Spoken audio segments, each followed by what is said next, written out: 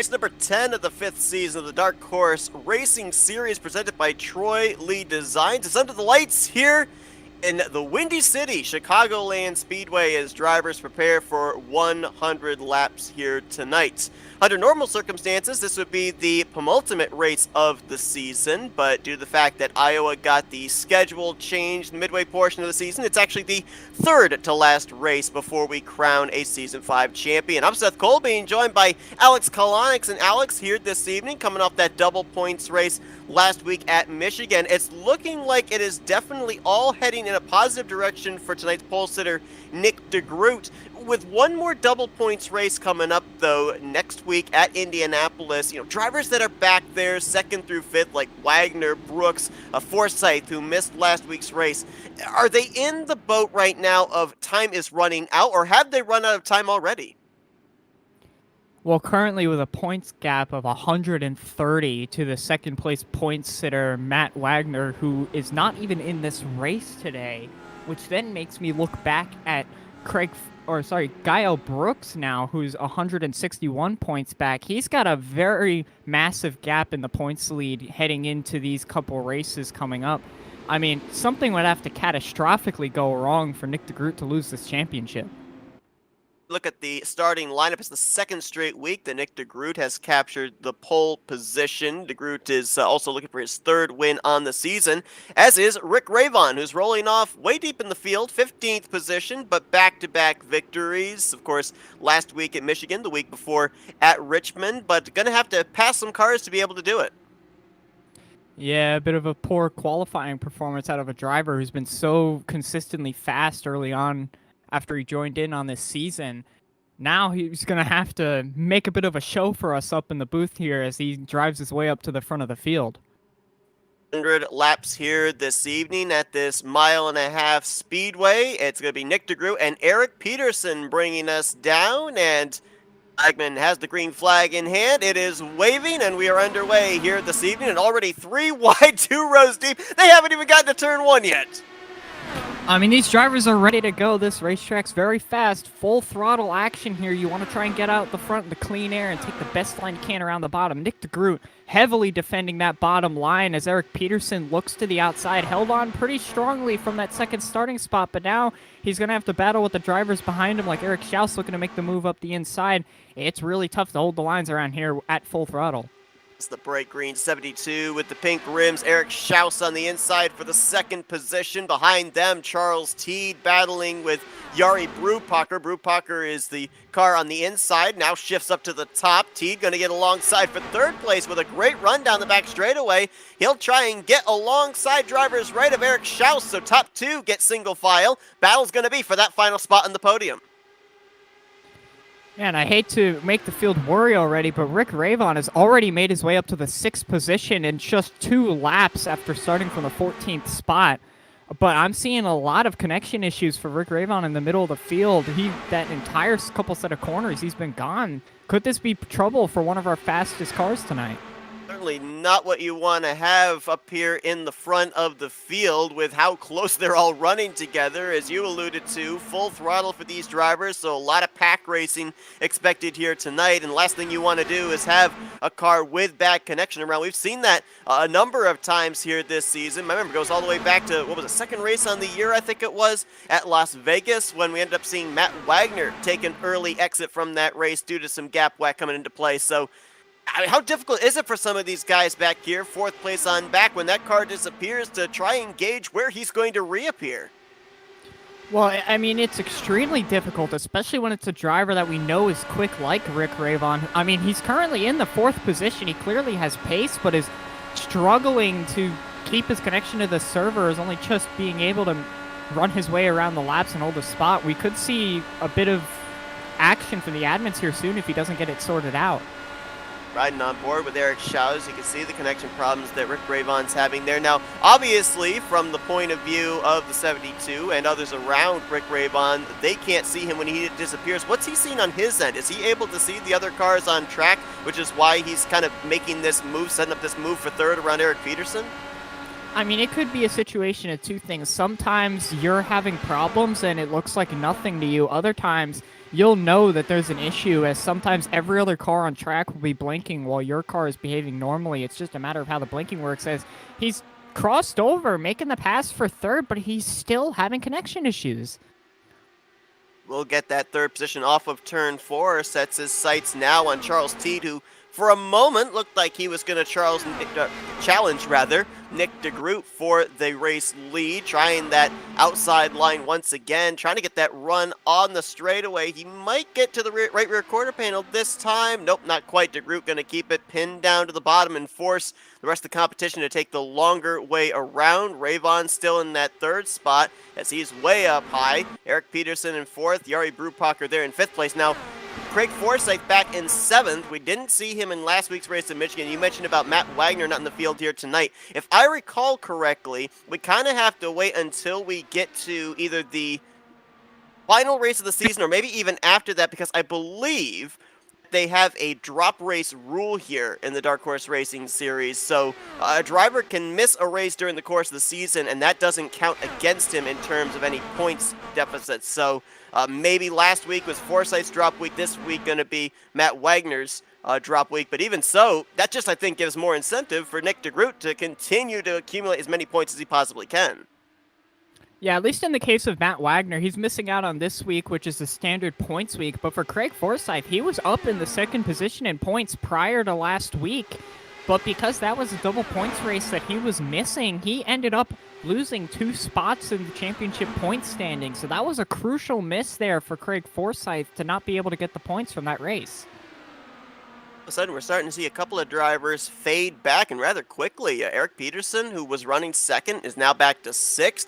Charles Teed, who was up in the top 5, he has faded all the way back now to the 10th position. So not certain what happened to both of those drivers, but those that have now taken advantage, Benjamin Combs up to 5th. Jim Brooks has now moved his way up to 7th place. Yeah, a bunch of drivers, shifting around and making their way up through the field. I mean, Jim Brooks, one of the ones who started further on in the back, he not making as fast progress as Rick Rayvon was making, but he's being very consistent, very clean. Could be looking to have a bit better long run pace and try and be a bit more consistent on fuel. But some of these drivers, like Eric Peterson, just ahead of him, started in the 2nd spot all the way down to 6th. We're already seeing a lot of shifting in the field as a gap is starting to open up from 5th to 6th.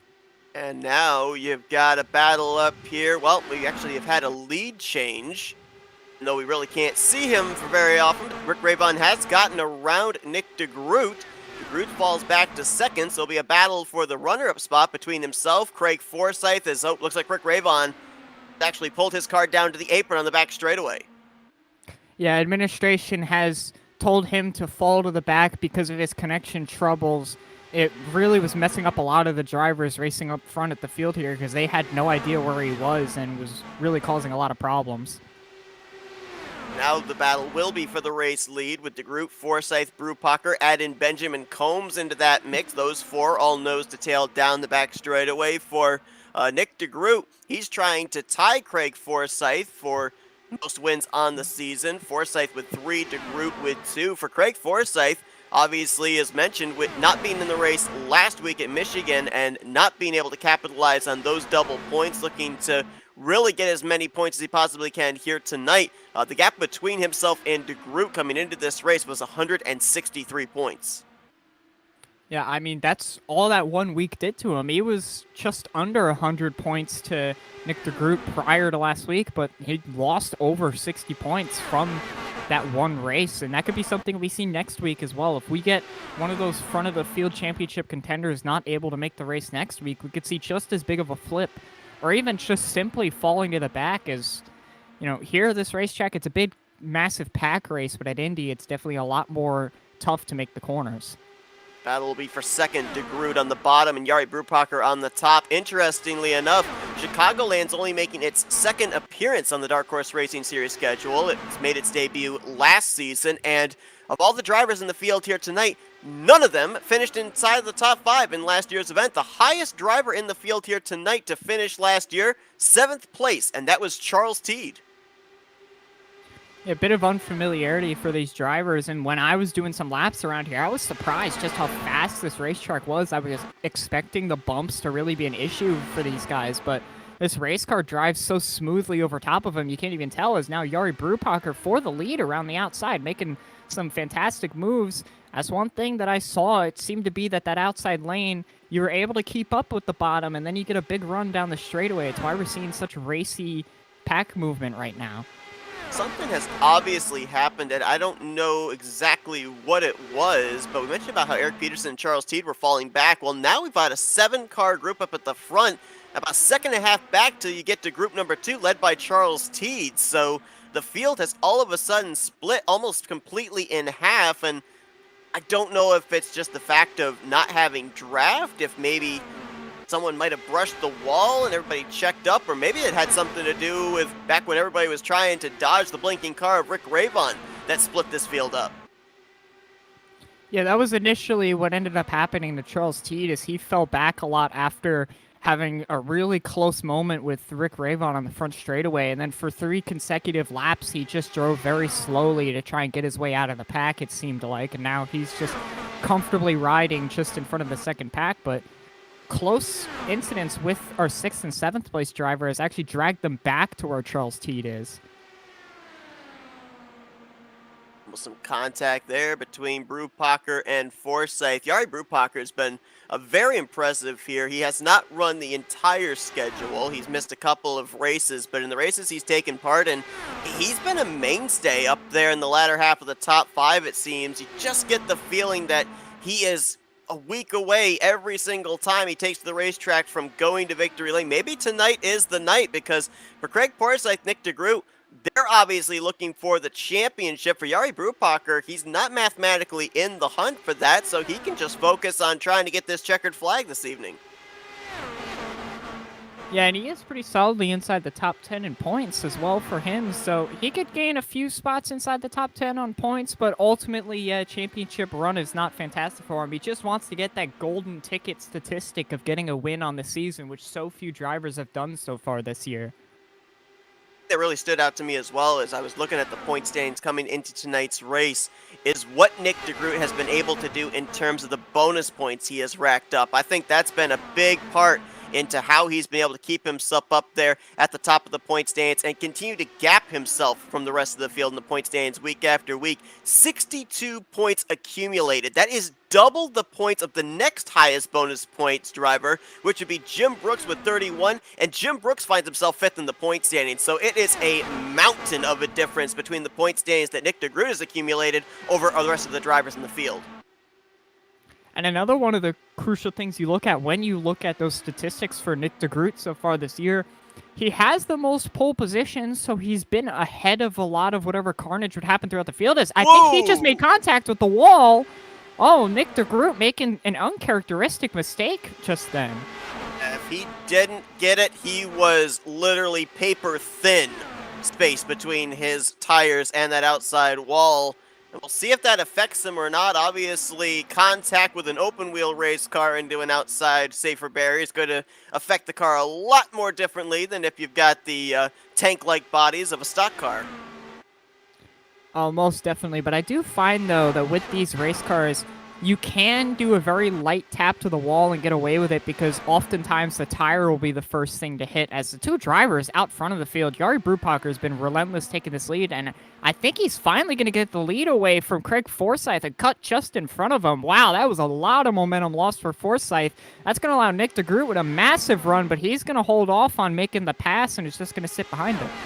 You saw right there, 2 things happen for Craig Forsyth. Not only did Brupacher get around him, but then you saw Brupacher cut from high to low right across his nose. I think that got Craig Forsyth really tight off the corner. He had to bail out of the throttle just a little bit, and that's what brought Nick DeGroot to his back bumper. So we're starting to see, as the run goes on, the tire heat starts to build up. These drivers are having to deal with that aero push more and more. That is something I saw talked about a little bit in practice, was that they figured once the tires started to wear down and really get hot is when we would start to see the field spread out. And as of right now, that seems to be coming true, as we only have 3 cars up here right at the very front of the field. And then past that, there's about a half-second gap to the Jim Brooks behind, and then another pretty sizable gap behind them. So it seems to be that once these tires start to wear down, you really struggle, especially in dirty air, which is the only time you're not full throttle around this track. A couple of drivers in the last couple of laps nearly go up and get that outside wall. We saw it happen to Nick DeGroot, and I think Jim Brooks got awfully close a couple of laps ago also. Another driver that might have found the outside wall would be Eric Shouse in the 72. About 5 laps ago, he came down pit road and took on his fast repair. So not even halfway through this race, and already that mulligan for Eric Shouse is gone. Not only that, he's lost a lap as a result of that pit stop. Yeah, this racetrack's just simply too fast for these drivers to be, risking stuff like that, as I think I might have heard Rick Ravon say he was going to try and pit. And it looks like, Rick Ravon got turned around. I just checked on him, but he was blinking out, so we haven't seen a caution. I'm not sure what just happened there, but he made pretty big contact with, I believe, Joseph Morales. He is on the front straightaway right now, down on the apron. No caution to your point. I'm not necessarily certain that would have brought out a yellow flag regardless, because it would have, I think, been considered off the racing surface, as 3 of our top 5 hit pit lane. That is Jari Brupacher, Nick DeGroot, and Jim Brooks. And this is a pretty solid lap to pit on. It means you're only going to need to do one more pit stop to make it to the finish of this 100-lap race, as it perfectly splits it into thirds. So this is the earliest you could start to pit for these guys and make it to the finish. Forsyth coming down this time, noticing these drivers taking a rather wide entry there before they get to the commitment line. Peterson, Combs, Corley, and Hobson in this lap as well. That'll turn the race lead over to Gael Brooks, but it's kind of looking, at least to me, like these guys are on a bit of a razor's edge trying to get to pit lane entry. I mean, yeah, that is partly true. It's very, very dangerous with these Indy cars to try and do that transition on from the banking onto the apron. Look at Gail. I think Gael Brooks missed the commitment line. Going it way too wide. And that's exactly the thing, is that these cars are very hard to break, very easy to lock up those tires and slide them, and at the same time, if you hit the apron too fast, you can easily spin out the race car or just continue to slide the tires. It's very easy to make a mistake on pit road entry. So I think I saw Gael overshoot his pit box as well, just adding insult to injury. These race cars really proven to be hard to do a pit stop at this race today. Gael coming into this race 3rd in the point standings, still looking for his first career victory, but obviously missing that commitment line, going to incur a penalty. And right now, this race has all the looks of possibly going green from start to finish. We've had a couple of moments. That Rick Ravon incident on the front straightaway was about the closest we got to a possibility of our first caution of the night. But, if you're planning strategy of not even having a caution flag here tonight, you've got to execute, especially on those green flag pit stops, and that's going to be costly for the 71. Yeah, that's going to be something I'm going to be watching for sure, because unlike the racetrack where it's a lot of just picking your lane and trying to make sure you don't run in somebody's wake for too long and trying to get those big runs, pit road entry is a totally different beast altogether. You go from this full throttle high speed to suddenly having to slow down to a very slow, I believe 50 mile an hour pit road speed. And that's extremely difficult to do when you're averaging 220 miles per hour around this racetrack. Ravon was able to make it back around to his pit stall. He's taken on his fast repair, returned back to the racetrack. Three cars that are going to be a lap down after this first cycle of pit stops. Rick Ravon, Jim Herrick, and Gael Brooks. Leaves 12 drivers on the lead lap. 2 drivers, Ravon and Shouse, have used their fast repair. Craig Forsyth, the strategy, is going to be the one inheriting the race lead, but now he has to deal with traffic. It's the first time we've seen that the race leader is not going to necessarily have the benefit of clean air every single lap. Though what advantage that Craig Forsyth does have, though, is now that he's gotten by all those lap cars, it's a good bit of a way before he reaches Rick Ravon, who we know has good pace, so even then it might be a good while before Forsyth even catches up to him. And crucially, Forsyth pit a lap later than DeGroot and Brubacher, and he retained the lead. So he had a faster pit cycle, got back out on the lead while having a later pit stop. What's interesting as we are closing in on halfway through this evening's race, it's almost fitting that we're watching the mano-a-mano battle for the race lead between Craig Forsyth and Nick DeGroot, because both of these drivers are able to claim the title of Dark Horse Racing Series Indy 500 champion. Craig Forsyth did it back, if I recall correctly, in Season 2, and Nick DeGroot did it back in the inaugural season. Both these drivers looking to be a multi-time winner of the event next week. Of course, that will not be on the regular Wednesday night time slot. We'll be bringing you coverage of that next Saturday, April 2nd at noon Eastern time. But, season after season, that has been the finale. That's where the champion has been crowned. But as mentioned at the top of the evening, the Iowa race ended up getting postponed. It was moved to the end of the schedule. So, what does that do for a driver's strategy now, knowing that next week, it's not going to be the season finale. Instead, it's going to be the race kind of setting up the championship battle at Iowa Speedway instead. Well, I think as much as you want to treat that Iowa race as though it is the true finale, you can't undermine the fact that Indianapolis is going to be a double points race. That race single-handedly can define who's going to be the champion, because if we see problems for Nick DeGroot in that race and see huge movements from Kyle Brooks or Craig Forsyth, that could completely swing the championship order heading into Iowa. But in the same breath, if Nick DeGroot just keeps his head on him and gets another solid top 5 finish, I think he'll lock it up going into Iowa. And I agree with you also for the reason that week after week, we've seen on an average 15 drivers take the green flag here in these regular season races. The Indy 500, a lot more names that we don't even see regularly during the year will pop in, and that means there's a lot of exchanging of points that take place in that one. That will be, with being a double points race, as you alluded to, that could make a lot of different point swings take place. And, there's been a couple of times as well, even when Indianapolis wasn't a double points race, where the championship was really already decided, so drivers were just out there trying to finish out the season with a checkered flag. Depending on what happens next week at Indy, we could be going into Iowa in the same kind of scenario. And I imagine if DeGroot continues to do the kind of performance he's been doing this season, that will likely be what we will end up seeing, as Jim Brooks just made a fantastic pass for the second position around the outside of Nick DeGroot. Nick DeGroot has been key, like I mentioned earlier, with those pole positions, has the most pole positions on the year, and that could be crucial going into a race like the Indy 500, where you will get those outsiders starting to come in and populate the middle to front part of the field. Getting out front early in qualifying and staying ahead of any troubles between the regulars and the newcomers, that could be key for scoring points in that race next week. Yeah, Nick DeGroot, he has been up there in the conversation for the championship every single season for like the last 3 seasons at least.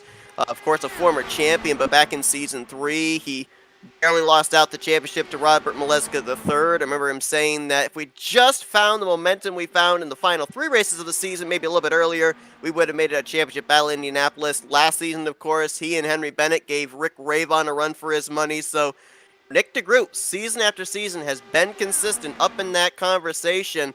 Right now, looks like the direction that he is headed is looking good as far as being the first multi-time champion of the series. And of course, as well, Indianapolis, as we mentioned, a former winner there.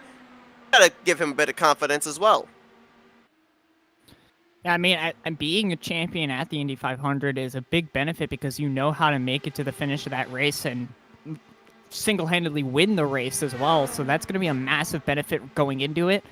And, I mean, winning it tells me that, yeah, you're able to deal with those newcomers and still beat them anyway. That's going to be the key thing, is how did those newcomers perform? Are we going to see somebody walk in, be like so far we saw with Rick Ravon this season, and just come in and start dominating the race? Or are we going to see the regulars who've had time in this car continue to be strong?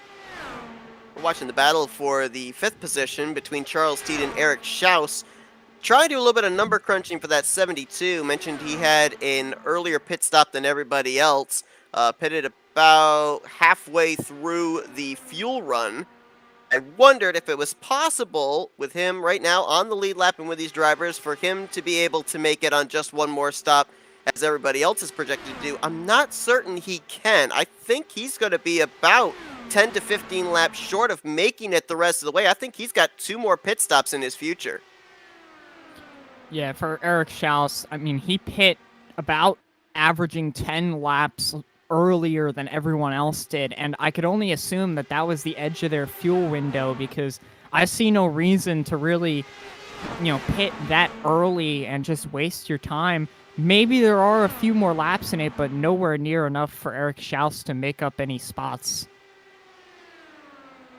Brupacher, we saw him be able to get around Craig Forsyth near the end of that last run from the start of the race to that first cycle of green flag pit stops, and he is closing back in once again. We'll see. Yes, he will go to the top side here to try and get the race lead back. We saw Jim Brooks make a powerful move down the outside as well. There's actually something up there that drivers are able to utilize around the longer portion of the racetrack, which, in all honesty, is something I'm not used to seeing. It seemed like the last couple of seasons, the mile-and-a-half tracks, the strategy's been clear. If you have the race lead, you pin it down to that white or yellow line, whatever the case may be, and nobody will be able to pass you. They can get alongside you, but they can't complete the pass. That's not been the case here tonight. We've seen a couple of passes be made up in that outside line. I think what it is I'm pretty familiar with this fact about this racetrack from my NASCAR experience, but this was one of the few mile-and-a-halves with progressive banking, meaning that as you go up the racetrack, the degree of banking on the asphalt gets higher and higher, which means that guys around the outside, despite them taking the longer line, are able to carry a bit more speed, and that could be the reason why we're seeing that outside lane be so effective. We have a lap machine in the middle of these lead lap cars. That's the 71 of Gale Brooks. It's Jim Brooks right behind him, and so that might actually help get Jim up with this top trio. You've also got another lap machine there. That's Jim Herrick in the 40. We'll see if the lap cars can help get Jim Brooks up here into the conversation, as Forsyth still under fire from Jari Brupacher, Nick DeGroot right there as well, and boy, 49 is able to really hook that thing down towards the inside off of turn 4, but when he does that, he gets awfully close to the right rear quarter panel of Forsyth. Yeah, I mean, there is a little bit of a degree of side draft in these cars, but I almost would not even say it's worth it to a certain extent, because around this racetrack, you can easily make some pretty solid moves around people without needing to pinch them very hard. So it's very, very risky and can pay off. But the one thing I have been noticing is that in turns 3 and 4, that outside lane is nowhere near as good as it is in turns 1 and 2. I'm noticing in 1 and 2, these guys are getting pretty solid runs off the top side and are able to keep pretty even in the corners, but every time down in 3 and 4, they lose a good chunk of time. Now you got the top 3 together. Jim Brooks not too far back behind them. Charles Teed all by himself, and then here's a great battle going on from the 5th position. Make that 6th position on back. Eric Peterson, AJ Hobson, Gary Corley, Jeff Heisong in this mix, along with Joseph Morales. So drivers duking it out for those final spots inside of the top 10. Yeah, we're seeing a bit of a tale of two races here. You got the guys at the front of the field within a second of the leader, but then you've got everybody else who's with Eric Peterson in back who just haven't been able to keep up with the front of the field, and now they're having their own scrap back here. If we do end up seeing a caution come out, I imagine this will be where it's going to happen, but if we see the aggression that we've been seeing out of Jari Brupacher continue at the front of the field, who knows? That could be with the leaders. Very well, as it looks like these guys might be just a few laps away from making that final pit stop of the evening, potentially anywhere from 7 to 8 laps, and we will see them on pit lane again. And why I bring that up is because we've already seen a couple of drivers make some mistakes getting onto pit lane. Rick Ravon got spun by Morales when he was going to come down pit road. We saw Gale Brooks overshoot the commitment line, so this is technically going to be the money stop for these drivers. Execution is going to be key here, because this could be the point of the race where you could make or break your opportunity of taking the checkered flag. Yeah, and I think the key thing is going to be trying to pit a little bit later than everybody else. If you could manage to try and take a slight bit less fuel on your pit stop, you can have a shorter stop and a lighter car on newer tires coming out onto this racetrack, and that could be key, especially for our current race leader who did end up pitting a singular lap later than the two drivers behind him. There is an opportunity for him to possibly take a little bit less fuel if iRacing allows them to be that precise with it and end up coming out with a lighter and faster car. Interesting you bring that up because it kind of brings me back to the season opener at Auto Club. Craig Forsyth dominated that race, but on the final pit stop, Nick DeGroot came down pit road 2 laps later than Forsyth did, took on less fuel, and went on to win that race. So you have to wonder if the former champ, sitting back in the 3rd position, is thinking of maybe playing that exact same strategy here tonight. And if you have that opportunity to do it, I'd say absolutely go for it, because there's really no downside in these race cars to taking less fuel. I mean, you might have a slightly tighter balance, but you're running with so much downforce on these mile-and-a-half racetracks that it doesn't really affect the race car nearly as much as it would on a track like Indy or Michigan, as we're seeing Forsyth and Brubacher come to the pit lane on lap 67. We were on board there with DeGroot, saw the cars underneath him peel to pit road.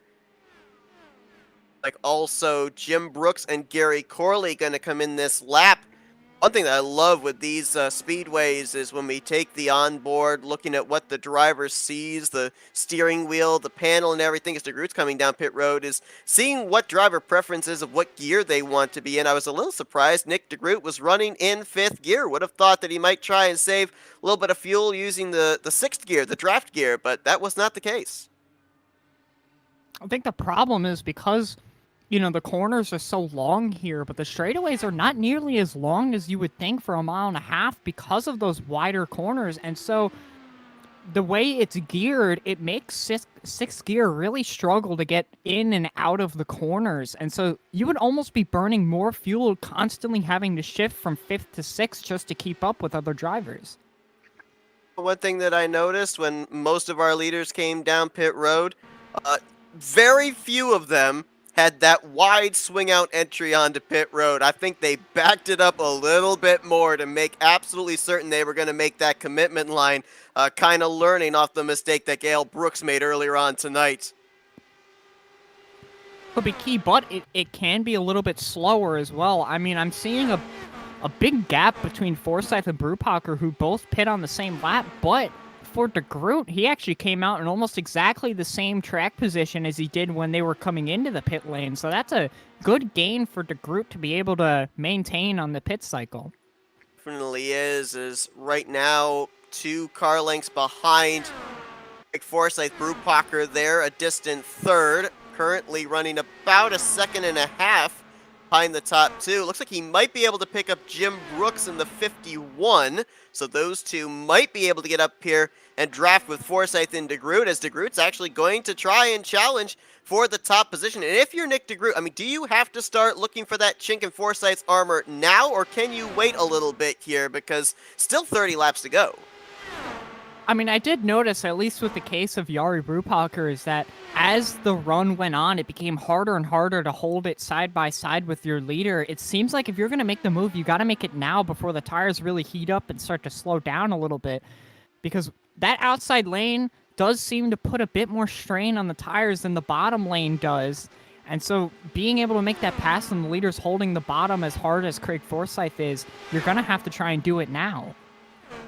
Just saw Jim Brooks take the 3rd position from Jari Brubacher. Brubacher crosses him over and takes it back.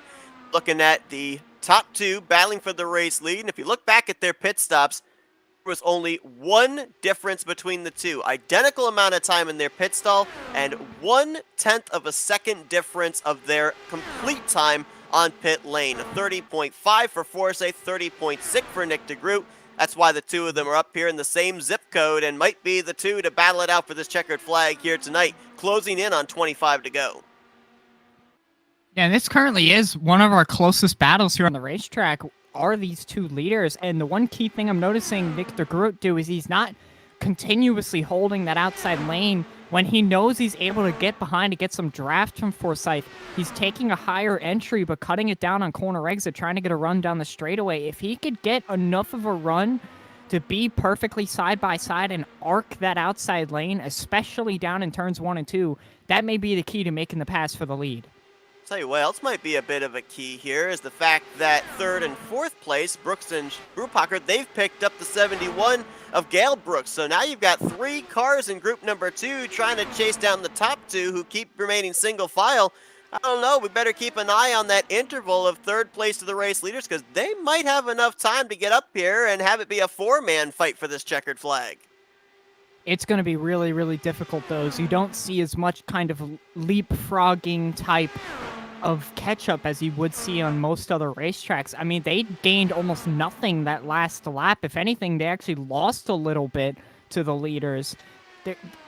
They really just lost too much time in the pit cycle. I mean, Brubacher was a little less than a second, but because he was all alone just outside of the draft, he wasn't able to keep up. And now that he's fallen back to these other drivers, they don't seem to be fast enough to catch up to the leaders. Yeah, and it's interesting, too, because, you know, we mentioned about the fact that these drivers are wide open. It's pack racing. Usually those are 2 phrases we associate with super speedway racing as well. And tenths, even thousandths of a second can really be a huge difference maker. Talked about how close it was, the time spent on pit road for the top 2. Cumulative 0.8 of a second lost for Jari Brubacher. And you can see how that is translated now to the track position he had before and now after the green flag pit stop. Yeah, and tenths of a second make a massive difference because between these 2 leaders, this is less than a 10th of a second between them. Every single lap, they've been a 10th to less than a 10th of a second. That's what you're looking at right here. These drivers are going so fast that these surprisingly large gaps is such a little amount of lap time. Last time I looked, it was about 1.7 seconds from the 3rd place running, then Jim Brooks to the top 2.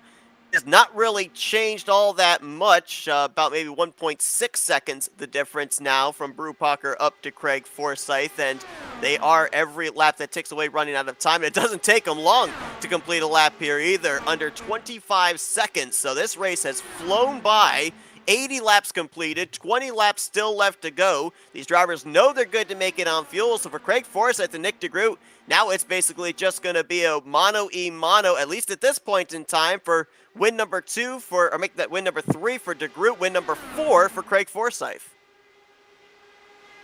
And I think for, at least in the case of Craig Forsyth, he wants to try and see if he could secure that most wins statistic, because while in points he's very far out of the picture at the moment, this would be a good win for him going on to the next season, because while I won't yet say that it's over yet, it's such a massive gap that with Nick DeGroot finishing just behind him here in 2nd, or even if he passes him, I mean, that it's going to be really difficult to make up that many points. Nick DeGroot, we know, is a competitor. If he's got a chance to take a checkered flag, he's certainly going to go for it. But do you think that he's going to be a little bit more conservative here tonight and content to ride in the 2nd position, not force the issue? If he has an opportunity, he'll take it, but not putting both of them in danger as he does it, realizing the fact that he's still going to be up here in the same vicinity as Craig Forsyth. While Forsyth will get the bonus points for the victory, he's not going to chip into Nick DeGroot's points league nearly as much as if DeGroot was running back outside the top 5 or something like that. I mean, that's also been one of the big keys for DeGroot so far this season. He has the most top 5s of any other driver in the field. He's had multiple other drivers be very strong and very fast, but they've not nearly had as consistent finishes inside that top 5 bracket as DeGroot has had. And that could just be from aggression, running into the crash. Oh, we got Yellow a is out. caution! Charles Teed! Up and over. I believe that's over in turn 2. This completely changes the race for these drivers. Jari Brubacher was very, very slowly starting to catch up to them, but now it doesn't really matter. By this point, some of these drivers may just have to go and get a set of tires because they've gone so far into the run. Eric Peterson in the 36 there through the grass down the back straightaway as well. Would have to assume he was collected up in this one.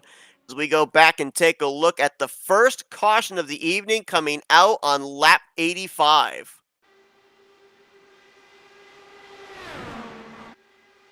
Jeff Hysong in the 18 just ahead. Oh, wow. Peterson not realize he wasn't clear on Teed because him in the right rear. Hard to tell from that camera shot. We'll see if we can get another angle. Maybe Peterson almost drifted up and got the outside wall, jerked his car back to the left and clipped the 50 as well. Hard to tell which scenario it was. I mean, from what I'm seeing, it almost looks like Charles Teed may have just not given nearly enough room to Eric Peterson, and Peterson trying to quickly get back in line, maybe try and cross over and get to the bottom, misjudged the gap as he was coming around and just barely clipped Charles Teed in the right rear. We were talking about, as far as pit stops and everything, a game of thousandths. Well, that was a game of inches right there, as we'll take another look at the wild ride Charles Teed takes here.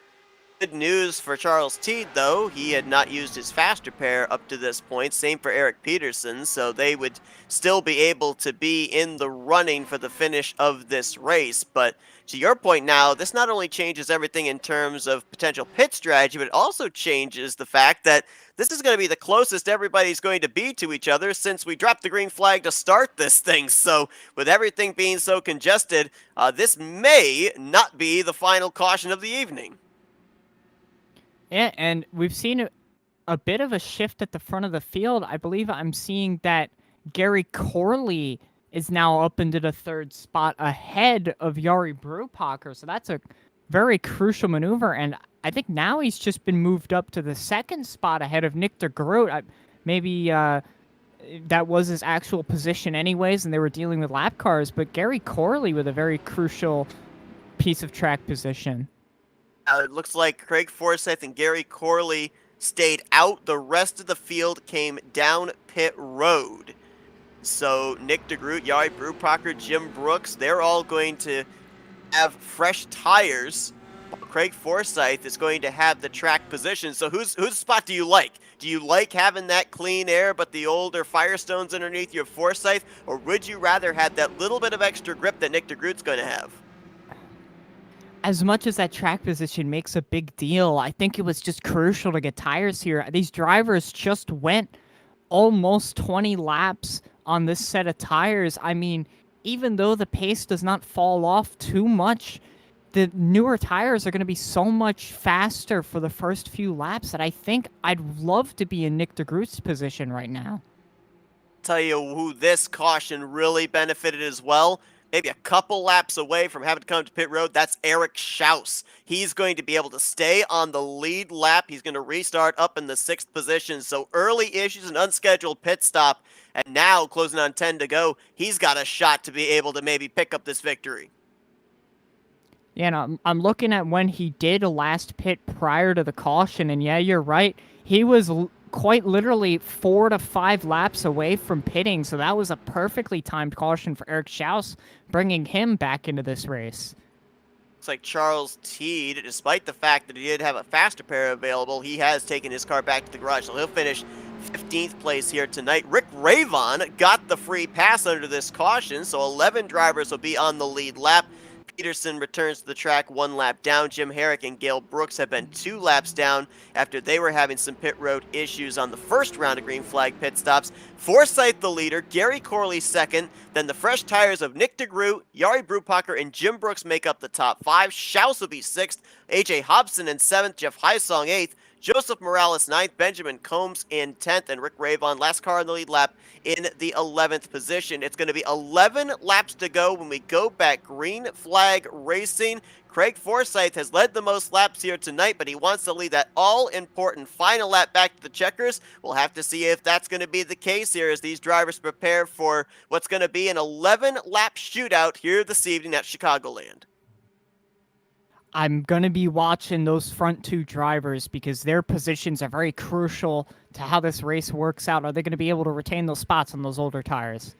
Orley's going to be the 3rd car, de Groot the 4th car, despite being 2nd and 3rd. That 2nd car is actually the lap car of Jim Herrick. So a bit of a buffer there for Craig Forsyth, who gets a tremendous launch and is going to gap the battle now for 2nd, which easily changes hands. Nick de Groot going to fly around Gary Corley with those fresh tires. And that lap car could play a crucial role because even with that lap car, the lap car even has a massive gap to Nick DeGroot behind him, and that's going to provide a lot of dirty air on the front end for Nick DeGroot, and may just give Forsyth enough time for the tires to even out and for DeGroot to slow down. Jim Herrick is going to be a little bit slower than Nick DeGroot in the fact that he didn't come to pit road under that caution, so he's out there on 17-lap old tires, so that's going to also slow up the progress of Nick DeGroot for the time being. Jari Brubacher, gutsy move there as he's going to cross the inside of Corley, move him up to third. Eric Shouse and Jim Brooks. Oh, Brooks almost got the wall off of 4. Shouse got awfully tight on the bottom. They both had to bail out, so Corley will hang on to 4th for the time being. And drivers are shuffling like crazy. I'm seeing almost 3 wide further on in the back with Morales and AJ Hobson. Those drivers ended up just sorting it out. I mean, these drivers are going all over the places. I'm seeing further up towards the front, DeGroot making the move on Jim Herrick, now right on the rear bumper of Craig Forsyth. That gap did make a difference. He's making the pass. Brubacher following in just behind. Have to see if the fresh tires are going to help get that added advantage on the top side. Brubacher, where does he go? He's going to go low. Forsyth's going to block that advantage. Brubacher's going to go all the way to the top now. Nearly contact between the top 2, Forsyth and DeGroot. Watch the 49, crosses low. Is there a lane? Not quite. Yeah, it's really painful in Brubacher's position because you're not allowed to go underneath that white line there to make a pass. So he's either got to get a big enough run to clear both these drivers or hope that something happens at the front 2. Massive maneuvers there for Nick DeGroot and Forsyth. Forsyth wants to keep this lead as long as he can. He's looking for those tires to heat up on DeGroot, and caution's out. It's going to be Eric Shouse in the 72 going around. Oh, more contact under caution. High song. Morales. I missed who that other driver was. Corley as well. It was after the leaders had taken the yellow flag, I do believe.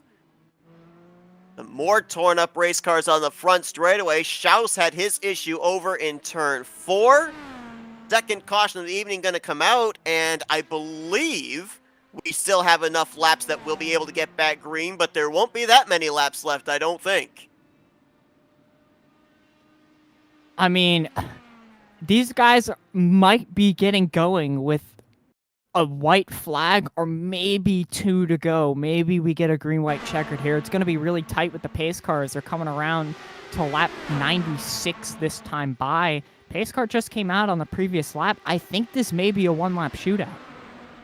Oh, wow, that was really tough to tell what happened there. There was obviously some contact between Gary Corley and Eric Shouse, but at that angle, it's surprising the 72 is the one that spun. We'll go on board with him, maybe a little gap wide coming into play, but there's left front to right rear contact. You don't normally expect that the car behind is going to shoot to the left like that. Yeah, that was a bizarre incident with those 2 drivers. I've almost never seen that before. I mean, Wow. We don't really have tires blowing on iRacing, but if there was ever a time it looked like a tire blew, it would be then. Certainly gap whack, there's no doubt about that, but under normal circumstances, you have gap whack in that kind of a scenario. The 72 should have shot up to the outside wall rather than down to the infield grass. I mean, it almost looked like Eric Shouse was turning left at that moment, and when it happened, he almost went through Gary Corley, and that's what sent him to the left side because it hooked the front end of the car. Look at it again. Through the grass.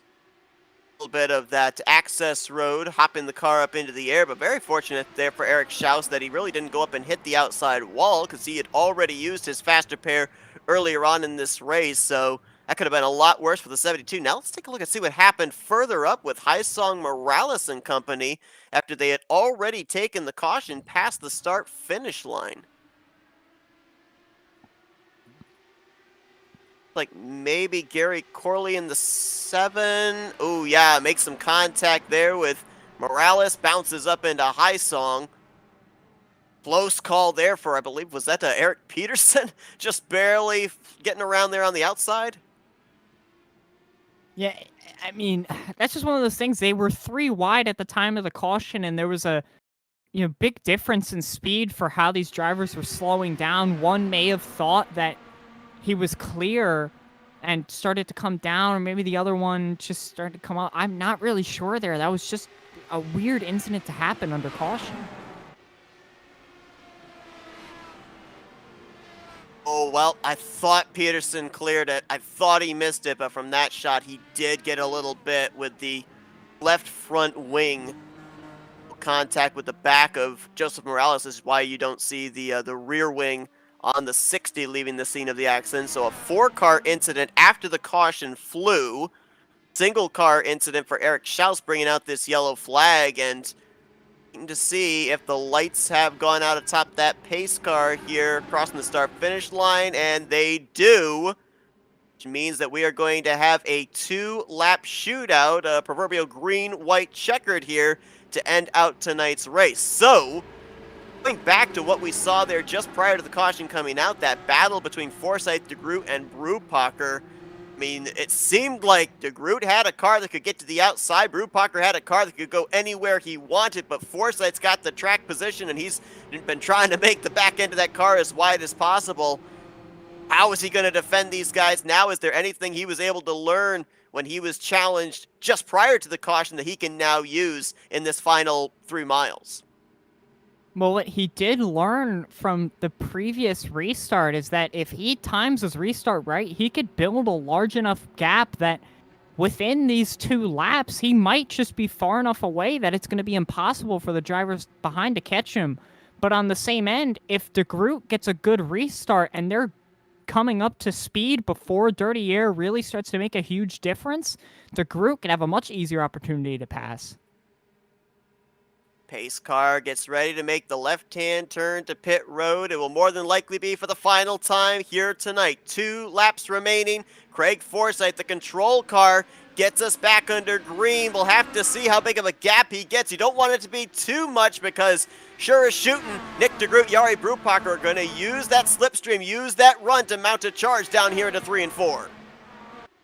I mean, he did pull a decent gap, but Brewpacker battling with DeGroot, that's going to be crucial. DeGroot actually falls in line, allows Brewpacker to go. That may be the smart move because we know Brewpacker's going to want to go for this win. He's not been able to get a win so far this season. This may be his one opportunity to do so as he takes it to the outside of Craig Forsyth on the final lap. A flag displayed. We'll race back to the checkers no matter what. Almost to the right rear quarter panel is Jari Brewpacker. He'll stay up on the top. DeGroot's going to go to the middle, splitting it 3 wide. This is going to be good into turn 3. It's now going to be DeGroot alongside of Forsyth, but Forsyth's got the shorter way around the racetrack. He'll block the inside line, and Craig Forsyth is going to get win number 4 on the season, taking the checkers here tonight at Chicagoland. I mean, great performance from Craig Forsyth, utilizing that track position, that lead position to hold the lead. Seems so difficult to pass that leader, and he took full advantage of that tonight. Craig Forsyth missed last week, but add in the drop week that'll be available. It was 163 points between himself and Nick DeGroot coming into this evening.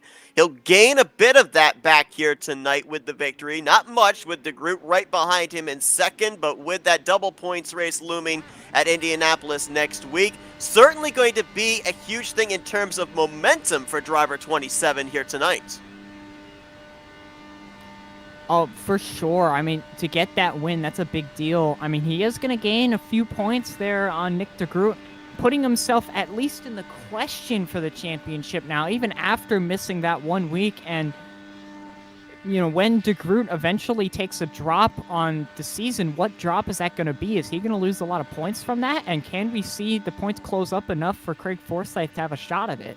It's actually a really good point there as well. My assumption would be, at least up to this point, drop week for Nick DeGroot would be Gateway, where he finished 14th, which would mean that if that drop week is put in place, that every single race that Nick DeGroot would have taken part in this season would have been a finish up inside of the top 5. But Forsyth now the most wins on the season with 4, and he got to do another burnout, this time in front of the Chicagoland fans, as we take a look at the finishing results. And another thing too, in regards to Forsyth and DeGroot here tonight, those two duking it out, it seemed all race long, up inside the top 3 all night long.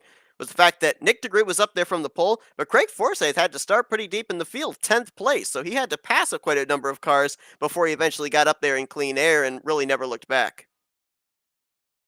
Yeah, for certain. And I think it was crucial for Craig Forsyth to find his way into the lead. And another big thing that he did much better than some of the other drivers tonight was just have better pit stops. You know, he came into the pit lane under those green flag stops and always came out as the leader every single time. So he flawlessly executed those pit stops to be able to retain that track position.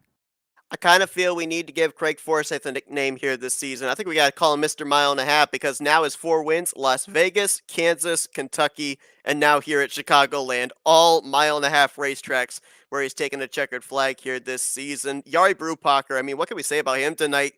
Unbelievable drive in the conversation for the win. Almost was able to get alongside of Forsyth and snag this thing in the closing stages. I would have to say a career night for the 49 car.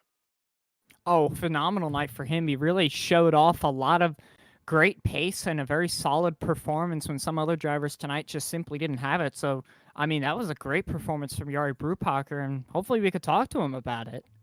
Absolutely. So Shouse, the caution saved him. He gets a top 5, and Ravon with his connection problems here tonight. He'll finish 10th on the lead lap, but his bid for 3 in a row did not come to fruition here this evening. 11 cars finishing on the lead lap. Tough breaks here tonight for Eric Peterson. Charles Teed caught up in that incident that brought out our first caution of the night. And then you got the 71 of Gail Brooks, who is inside of the top 5 in the point standings coming in this evening. Pit road miscue traps him 2 laps down in the 14th position. But let's see if we can talk with some of our podium finishers here tonight. And let's see if we can start with the driver that brings it home, P3, Jari Brupacher. Hey Yari, it's Alex and Seth up here in the FRN studios. You got us? Yes. Man, a great run for you here tonight. It looked like in those closing stages you could put your car wherever you wanted to and keep that momentum moving forward. But man, I'll tell you what, thought a couple of times you were going to be able to get them and get that car out into the clean air. What little more did you need? Yeah, it was really difficult to overtake the car on the low side, hugging the white line. I also thought maybe coming to the white line, to the white flag, I had a huge run on him. I thought maybe this time I would get around him, but I couldn't. And then obviously I had Nick behind me also play into it. And yeah, I thought I'd get Nick to the checkered, but that was really close with him there. But I'm glad. Yet another podium, so can't really complain. I mean, I want to ask you tonight, you know, we saw 2 green flag pit stops tonight, and at one point in the race, you were out front very close to all the leaders heading into the pit stop, but it seemed like that was your Achilles heel tonight. Every time during those green flag stops, you ended up losing some time. I mean, how difficult was it to get on the pit road tonight? I think I didn't really lose much time on pit road entry, but I was probably a little too cautious going into the box. I didn't want to overshoot, and I think that's where Craig and Nick gained time, and that's why I was a little left to dry there for a while. Now, we've seen some of your best numbers this season come at these mile and a half tracks. 3rd place here tonight. You had a 2nd place run back at Kansas. Really good finishes in your last couple of starts as well. So what does this do for you in terms of confidence, in terms of momentum, heading into probably the biggest race that we go to each season, the Indy 500 next week? Yeah, I mean, Chicagoland is always one of my favorites. Also, yesterday was a good race. And yeah, I think I do quite well on ovals that are 1.5 miles or bigger. Indies also, I think I'm doing quite well. And now seeing that, especially after the start of the season, I had some bad luck. Now it seems to going better, and I hope I can fight for a win again at Indy. Well, a great performance for you here tonight. Certainly made it exciting there at the end. Congratulations on your podium finish here tonight, Yari. And now we'll give it the opportunity to do some thank yous and some shout outs to the people that got you to this point. Yeah, well, I want to thank you guys in the booth, and thank the other guys running and everybody watching. It's really fun to race the DW12 again after quite a while that I haven't driven it. That is Yari Brupacher. He is your second place finish, or make that third place finisher, I Third. should say, here tonight at Chicagoland. But congratulations on the great performance. Best of luck, of course, next week in the Indy 500. Thank you. All right, let's see if we can get the guy that actually was second place. Good job, me. Let's see if we can talk with Nick DeGroot. Nick, it's Alex and Seth up here in the FRN studios. You got us? Yeah, I got you. Oh man, a great performance for you here tonight. You continue the consistency, continue to rack up those bonus points with the pole position here tonight. Almost were able to pull off your third win on the season. You were getting some good runs there on the top side, just couldn't seem to clear that 27. What little more do you think you needed to be able to get around? A better run, apparently, and probably a 1 and 2 over 3 and 4. You can hold the bottom a lot easier in 3 and 4 than you can in 1 and 2 on those older tires. So, yeah, that's probably what I needed. But, man, I was hoping with that monster run I had on the last lap, splitting the both of them, that might have been enough, but just wasn't. He did a really good job, Craig did, on those old tires, hanging on to the bottom.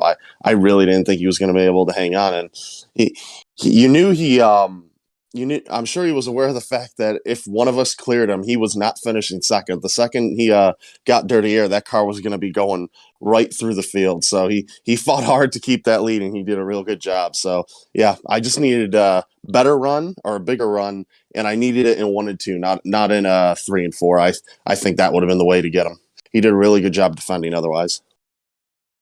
I mean, speaking of big runs, earlier on in the race, when Craig Forsyth and Yari Brupacher were battling, Yari cut in front of Craig Forsyth, made the pass, and you had a massive run, but didn't take it. Was that a move that you wish you would have taken earlier in the race, knowing who was out front at the finish? In hindsight, I had a few opportunities to go for that lead where I just kind of hung out during the race because I'm like, I'll get it later. Just going to save fuel now, hang out.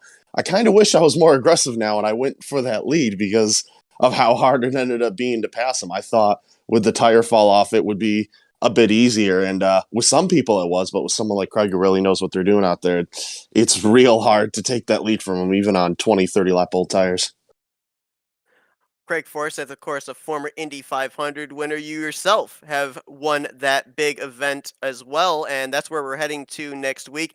You've obviously as well got a pretty sizable points gap. We know that Indy's going to be a double points race, so, does the finish here tonight and the finishes you've had the last couple of weeks, does it change the mentality going into this Indianapolis 500 race as opposed to previous seasons, or is it still the exact same mentality to go out there, be aggressive, try and take that checkered flag, and basically maybe even lock up the championship by that point, not even have to worry about what happens at Iowa the following week?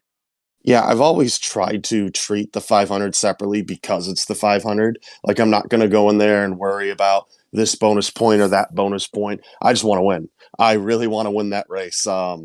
It's one of the coolest races on iRacing, whether it's the DW12, IR18, or any iteration of the IndyCar. And I want to defend. I want to go back to back. I want to get it for Factory Back Motorsports again. And I remember when Craig won his 500 because I was second.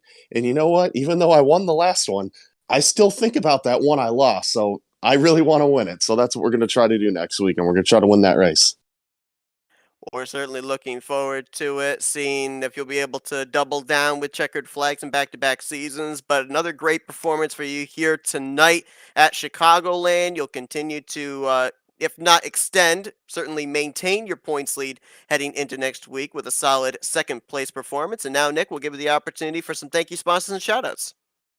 As always, thank you to everyone at Factory Back Motorsports, motorsport.com, coveymoore.com, DeGroot Automotive, U-Haul and Detailing, Wegmans, Blaze Pods, Cowboy Shit. And second place finishes are good for points, but hopefully we can break that streak next week and get this team back into victory lane where they belong. Well, that's Nick DeGroot. He's your runner-up finisher here tonight at Chicagoland. Once again, congratulations on the great run. Best of luck next week at Indy. Thank you, guys. Okay, and let's see if we can now get tonight's race winner, his fourth win on the season, and that is Craig Forsyth. Craig, Alex, and Seth up here in the FRN booth. You got us? I got you guys. How you doing tonight? Doing good. Well, I said this when we were showing the results. I think we're calling you Mr. Mile and a Half tonight, or this season, because all 4 wins at the mile and a half configurations. Your latest one here this evening at Chicagoland. I mean, not only do you have the most wins on the season, you've got some great momentum going into a track that you've won at before as well, the Indy 500 back in season 2. So that's got to give you some confidence here down the home stretch as you try and maybe at the last minute be able to get that championship at Iowa, right? Oh, it's going to be desperately chasing after Nick and hoping the double points at Indy pay off, because he's got a good lead, and it's going to take something disastrous for any of us to touch him. I think he's had a great year. I mean, I'm curious for you. You had the experience of every position here tonight. You went from the 10th starting spot to the lead, so you dealt with both dirty air and clean air tonight. I mean, what was the difference being in the clean air versus being in the dirty air? How did that affect the race car? It was night and day. The cars were terrible in the dirty air, and you needed to ensure that your entry, you backed off your entry and then got back onto the power so that you could power basically through the dirty air. Because if you tried to carry your momentum into the corner with dirty air, following someone, you were just going to slide up to the outside wall. It was the dirty air on these cars was pretty bad at the track. So yeah, getting up to the front was very important. And once you were in the clean air at the front, life became a lot easier. That's why I knew my chance was to take that for the pits through the pit cycles. One thing we obviously saw here tonight as well was the ability for a driver to be able to generate a run to try and at least make a challenge for position. You had to hold off both Nick DeGroot and Jari Brubacher, not only in that last 2-lap shootout, but even prior to that final caution coming out. How difficult was that to do to try and make sure you stifled those runs, keep them behind you? I was on the second last caution where everyone went in for tires. I knew that if I went in for tires, Nick wasn't, and if I stayed out, Nick was going to go in. And it's like, protect the lead, protect the bottom line. That's I've got the lead, and that's what I needed to do. And it was really difficult. It's like, I think on both of those restarts, I delayed the restart as long as I possibly could to try and get as much of a gap as I could. But I knew really all that was going to do was it was going to generate a huge run for them. I think once or twice I was actually surprised that they weren't able to get around me on the outside in two of the corners there, or 2 of their attempts. But yeah, had to defend the corner, had to properly go into the corner with the right amount of throttle input to ensure that you were able to maintain the momentum, stay on the bottom line, not slide up and lose your run for the straight. Otherwise, they were going to clean your clock on the outside before you got to the next corner. No, it's really cool to be able to talk to yourself and Nick DeGroot, 2 drivers who have won the Indy 500 with that big race looming next weekend.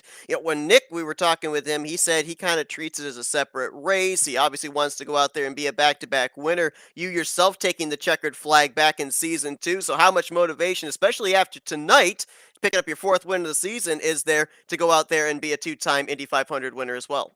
It's that's the most important race, and it doesn't matter what series you're in. Everyone wants to win an Indy 500. So it's a long race. It's a big race. This time I'd like to win it under green, just to stamp my result, as opposed to we had that second season one there. We had the caution coming to the flag. So won it through a move right at the end, but. You want to win it with a green flag, with really stamp the ownership on it, I think. But I'm sure Nick does too. Well, Craig, a great run for you here tonight yet again. A dominating performance. It seems like whenever that 27 gets out in clean air, nobody's able to touch it. So congratulations on your 4th win on the season. And of course, now we're going to hand the mic over to you for some Victory Lane thank you, sponsors, and shoutouts. Oh, I've got to thank the guys over at Jim over at LMC Gear and 4D Racewear. Good sponsor, good guy. Didn't have the best night tonight. Pit lane is really tough at this track. And yeah, you guys over at FRN and I mean Troy Lee Designs for sponsoring Dark Horse. I mean all the guys at Dark Horse. It's fun Wednesday night league and enjoy doing it. Going to miss it for the summer, but yeah, no, I thanks for having me and look forward to next week's race. That's for sure. Well, win number 4 on the season for Craig Forsyth takes place here tonight under the lights at Chicagoland. Once again, congratulations, Craig, and best of luck next week for the Indy 500 weekend. Thanks, guys. Stay safe. So as Craig continues to celebrate down in Victory Lane, our coverage comes to a close here this evening in the Dark Horse Racing Series presented by Troy Lee Designs. Alex, let's first talk about tonight's race because it was looking like it was going to be green flag coast to coast. All of a sudden, the landscape of the race changes with those late race yellows. Some strategy comes into play, but it seemed like Forsyth knew exactly what he wanted to do. It worked out for him. I mean, that's exactly why I asked him about, the clean air versus the dirty air, because he seemed confident based on his answer that those older tires were going to work. I mean, he was a little nervous that they were going to make the pass, but it seemed to be that clean air was the key to keeping this win under himself. Obviously, these drivers are going to be taking part in Indy 500 Pole Day qualifying next Wednesday night. We'll be bringing you coverage of the Indy 500 next Saturday, April 2nd at noon Eastern. But we mentioned Nick DeGroot. He said he kind of just takes the Indy 500 and sets it aside from the whole rest of the season. He treats it as a special event. I feel that that's kind of the mentality that most of the drivers that raced here tonight and have raced during the course of the season are going to do there as well, especially with the fact, as we mentioned, a lot of drivers come in and race the Indy 500 as a one-off. At the same time, as broadcasters, we have to also big picture and realize there's also points on the line. It's a double points race. There could be huge championship implications by the time we leave the Yard of Bricks. I mean, yeah, that's a big deal, but at the same breath, I mean, look at the Indy 500 in real life. They get paid points for that, but the glory of winning the Indy 500 almost eclipses the championship for some of these guys. So that could be for some of them what they're aiming at. The championship may not be in their grasp, but winning the Indy 500 could totally change the outlook of their season. Certainly could, and something else that kind of stood out to me when I was looking at it. We've had 3 different Indy 500 winners from season 3 to season 2 to season 4. I'm not exactly certain who the inaugural winner of the Indy 500 was back in season 1, but if you look at those 3 winners from season 2 to season 4, they are Nick DeGroot, Matt Wagner, and Craig Forsyth. 3 drivers that pretty much the entirety of the season we have talked about up at the front of the field. Combined this season, they've now got 8 victories between them. Obviously, these are 3 guys that we're going to be looking at next week. But do we, and I'll throw this in here as a pun, do we see a dark horse go up there and become a 4th different winner in 4 seasons? Man, I'm not sure here, Seth, because those drivers have been so strong this season. Clearly, they've been strong in that event, and I think it's going to be hard to beat them. Maybe throw Rick Ravon into the mix, because I remember last season when he won the championship, he said, man, I really wanted to close it out with not only the championship, but the Indy 500 victory. And of course, has only made a limited number of starts this season. He's already got 2 trips to victory lane, does the defending champion. But it's going to be a lot of fun to find out who's going to be hoisting that trophy at Indianapolis, that special event race that everyone looks at. It's usually at the end of the season, but it's actually going to be the next to last race of the season. The Iowa Speedway, it's going to be where our finale will be 1 week later. But certainly hope that you guys join us for that. We appreciate you joining us here tonight for coverage of the Chicagoland race for Season 5 of the Dark Horse Racing Series. It's Alex. It's been a great one here tonight. Appreciate you joining the booth. Yeah, same to you here, Seth. It's always a great time coming into this league. So competitive and so much fun to watch. Certainly is. Craig Forsyth, your winner here tonight at Chicagoland. Again, we will not see you next Wednesday night, but we will see you on Saturday, April the 2nd, for the 5th annual running of the Dark Horse Racing Series Indianapolis 500. Green flag scheduled to fly at noon Eastern. Hope you guys join us for that. Once again, we appreciate you tuning in on this Wednesday evening. For Alex Kolonix, I'm Seth Cole. We'll see you guys next weekend for the Indianapolis 500 as you've been watching another broadcast courtesy of the Flatout Racing Network. This broadcast is the copyrighted work of Flatout Racing Network and may not be rebroadcast, retranslated, or used in any form without the express written consent of Flatout Racing Network and iRacing.com Motorsports Simulations. Flatout Racing Network would like to thank you for your support, and we hope you enjoyed tonight's broadcast.